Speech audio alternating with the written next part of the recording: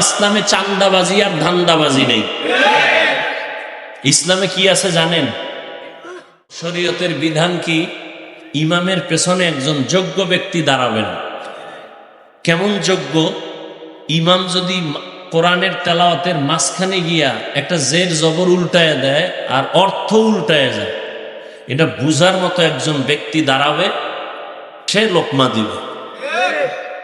এবং নামাজের মাঝখানে যদি ইমামের নামাজ নষ্ট হয় কোনো কারণে, অর্ধেক নামাজের সময় ইমাম পেছনে গিয়া যোগ্য ব্যক্তিকে সামনে দিবে, বাকি নামাজটা সে কমপ্লিট করে দিবে।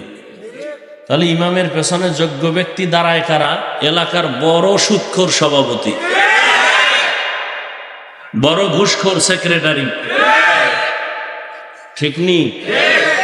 এরা মেহরাবে দাঁড়াইয়া ভোট চায় ভোটের সময়, আর ওলামায়ে কেরামদের বলে মসজিদে রাজনীতি চলবে না।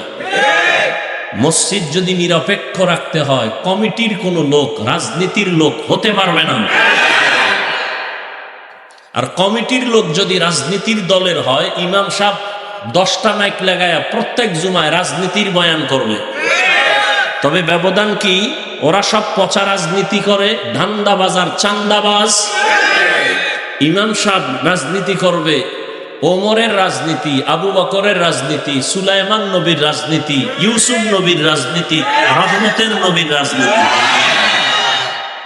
ইউসুফ নবী রাষ্ট্র চালাইছেন, সুলাইমান নবী রাষ্ট্র চালাইছেন, আবু বকর, ওমর, ওসমান, আলী রাষ্ট্র চালাইছেন, আমাদের নবীজি চালাইছেন।